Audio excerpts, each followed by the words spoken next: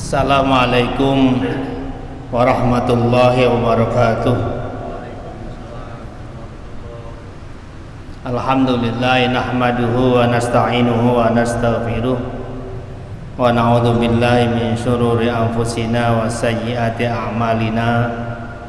May yahdihillahu fala mudhillalah wa may yudlilhu fala hadiyalah. Asyhadu an la ilaha illallah wa asyhadu anna Muhammadar Rasulullah. Allahumma shalli ala Rasulillah wa ala alihi wa ashabihi wa mawalah.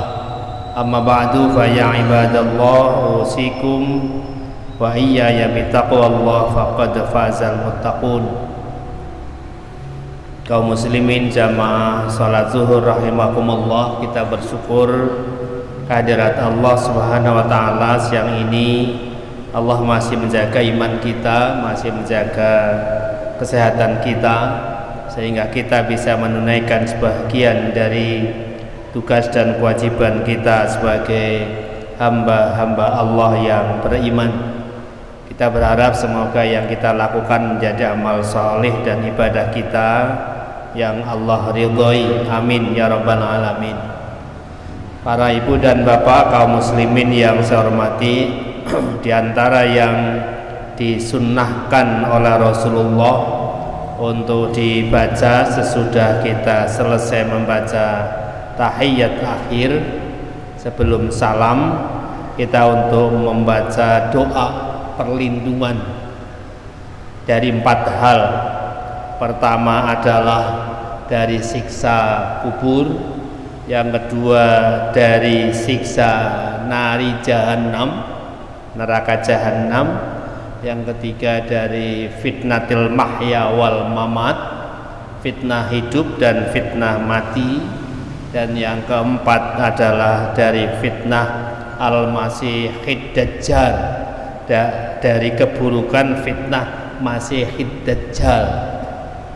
Kenapa ini Rasulullah anjurkan? Karena betapa di zaman akhir fitnah-fitnah itu apabila kita tidak hati-hati betul akan menjerumuskan kita kepada kesesatan hidup, tidak hanya sesat di dunia ini tapi juga nanti tentu resikonya sesat fil akhirah.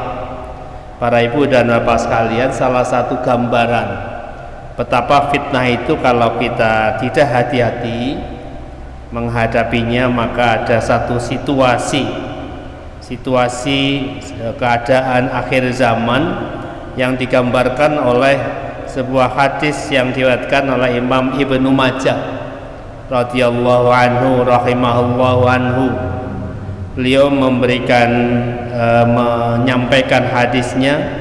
Haddatsana Abu Bakrin ibnu Abi Syaibah, haddatsana Yazid bin Harun, haddatsana Abdul Malik bin Qudamah al-Jumahi, an Ishaq bin Abi al-Furad, anil Maqbari, an Abi Hurairah radhiyallahu anhu, qala Rasulullah sallallahu alaihi wasallam, sayati 'alan nas sanawatun khadda'atun yusaddaqu fiha al-kadhib wa yukazzabu fiha as-sadiq wa yu'tamanu fiha al-kha'in wa yukhawanu fiha al-amin wa yantiqu fiha ar-ruwaybidah. Qala wa mar-ruwaybidah? Qala ar-rajulu at-tafatu fi amril 'ammah.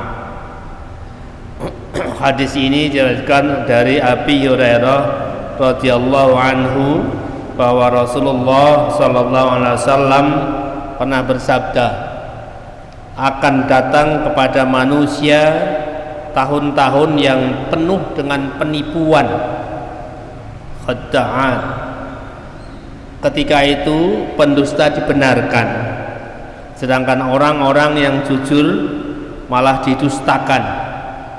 Pengkhianat dipercaya, sedangkan orang-orang yang memegang amanah justru dianggap sebagai pengkhianat. Pada saat itu kata Rasulullah, Ruwaidah pun berbicara. Para sahabat bertanya, apakah yang dimaksud ruwaidah itu ya Rasulullah? Maka Rasulullah menjawab, ruwaidah adalah orang yang bodoh tetapi ikut turut campur berbicara dan dalam urusan masyarakat secara luas. Para bapak dan sekalian, betapa fitnah akhir zaman, fitnah al-mahya wal mamat, fitnah ad-dajjal itu satu hal yang Rasulullah bayangkan begitu mengerikan. Kalau kita tidak hati-hati, tidak waspada betul, maka apa yang akan kita lihat, kita dengar, kita saksikan itu betul-betul terjungkil balik begitu rupa. Sekarang sepertinya sudah menjadi hal yang sering kita lihat, kita baca, kita dengar dari berbagai media, tidak hanya media elektronik, media sosial, bahkan dalam kehidupan kesehariannya.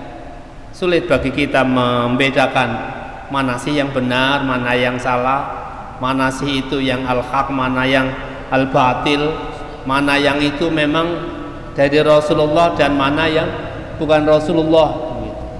Nah, realitas seperti itu tentunya tidak kemudian membuat kita jadi lari dari kenyataan. Ada nasihat dari Imam Nawawi bagaimana kita menghadapi realitas situasi zaman akhir zaman yang penuh fitnah itu, fitnah dajjal, fitnah mahya wal mamat, fitnah macam-macam itu. Apa nasihat beliau? Pertama, jangan kemudian kita terlalu mudah dan selalu mengatakan apa yang kita dengar,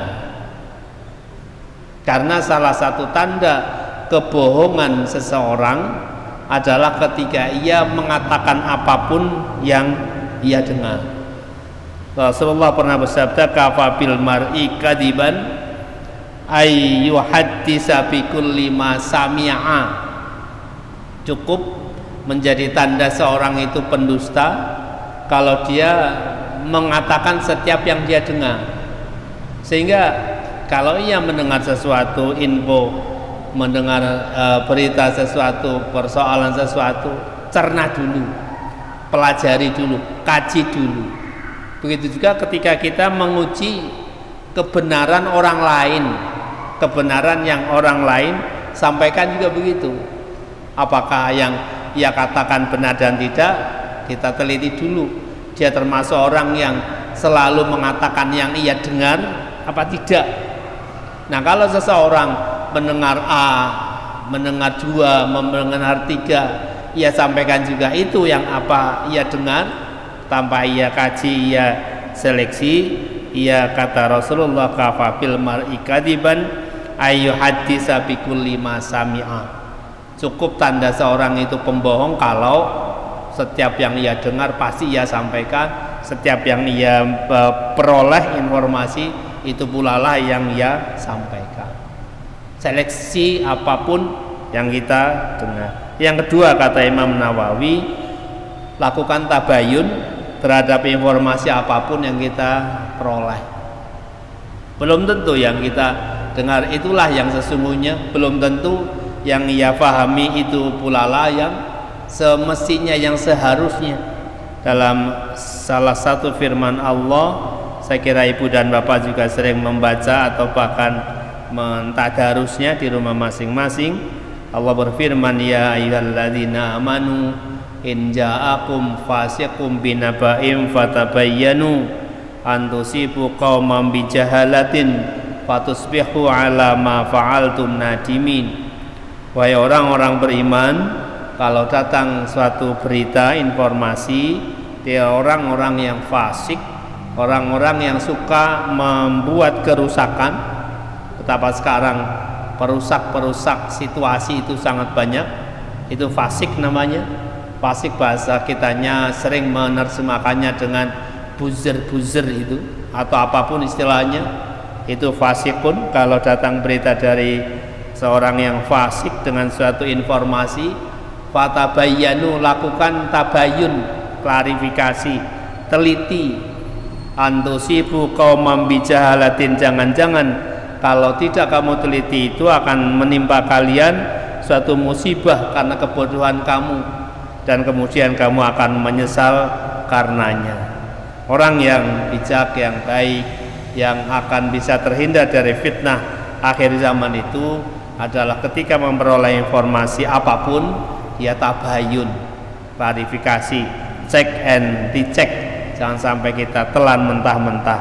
Itu perintah Allah dalam surat Al-Hujurat ayat 6. Kemudian nasihat yang kedua, jangan berhenti kita untuk mempelajari, untuk mengkaji, untuk apapun yang kita peroleh dari siapapun dia, untuk kita pahami betul persoalannya. Saya kira ibu dan bapak sekarang banyak mendengar, membaca, menonton di TikTok, di YouTube, ajaran atau doktrin atau dogma atau apapun yang kemudian membuat kita bingung apa betul seperti ini atau tidak, apa betul kok yang sana salah, yang sini tidak, yang hanya sini yang benar dan sebagainya. Nah, ketika ada hal-hal yang meragukan seperti itu, maka jangan sampai kita berhenti mengkaji, berhenti mempelajari. Jangan kita lihat siapa yang bicara, tetapi kita lihat apa yang dia bicarakan. Jangan kita melihat karena dia itu siapa-siapa, tapi kita kaji yang ia katakan dasarnya apa.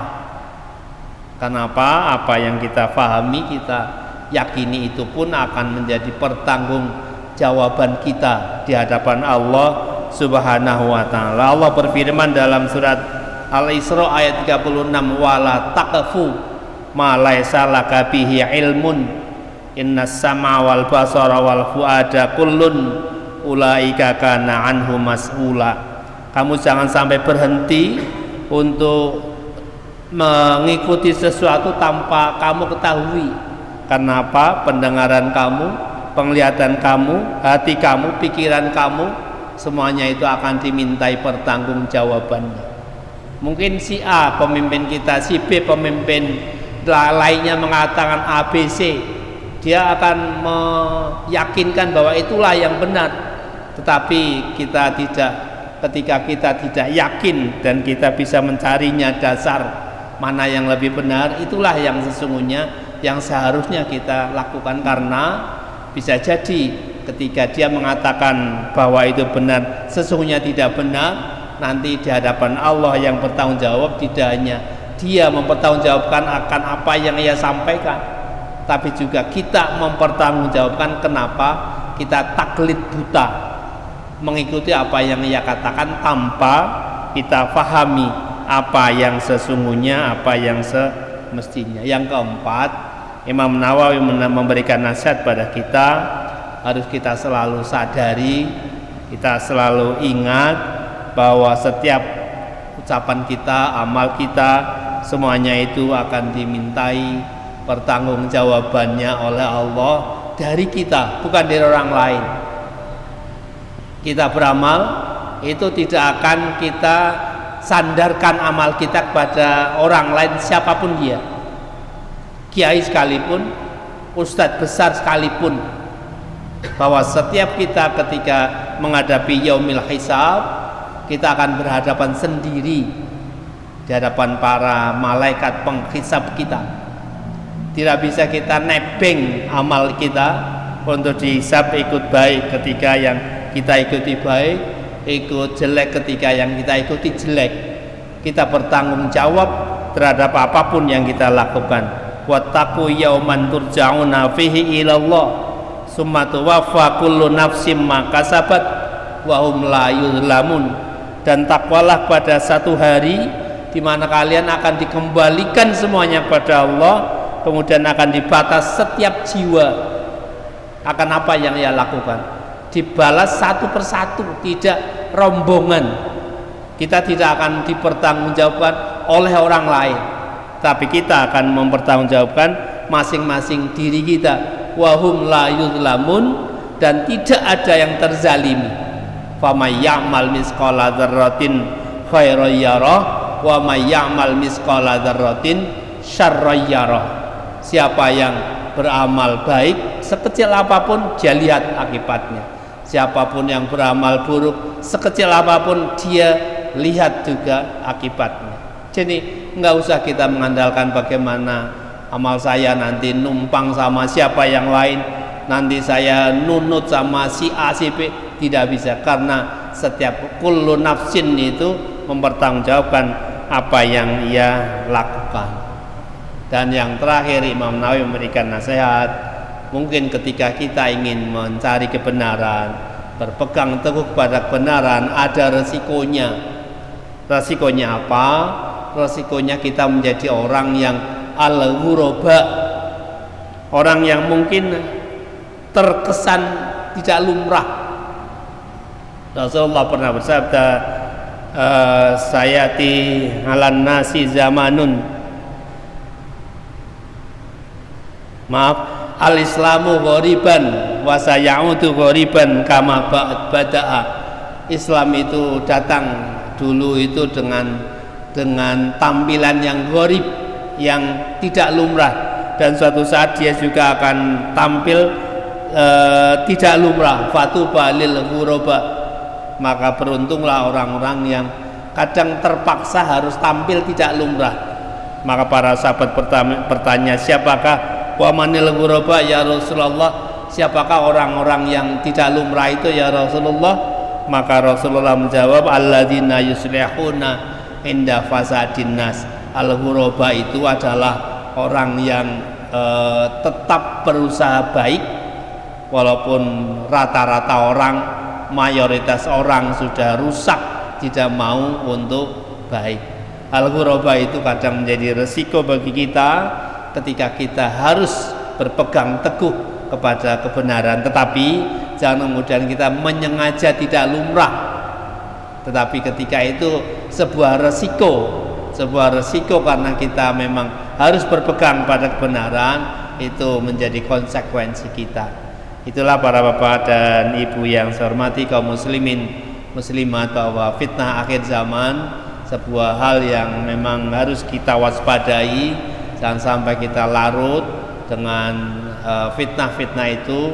Kita harus melakukan upaya-upaya sungguh-sungguh agar apapun yang terjadi kita berlindung pada Allah, kita berusaha untuk mencari mana yang benar, kita berpegang pada kebenaran itu, dan kita berusaha beramal sebaik-baik mungkin sesuai dengan keyakinan kita, karena kita tahu persis mana yang sebenarnya harus kita yakini sebagai kebenaran.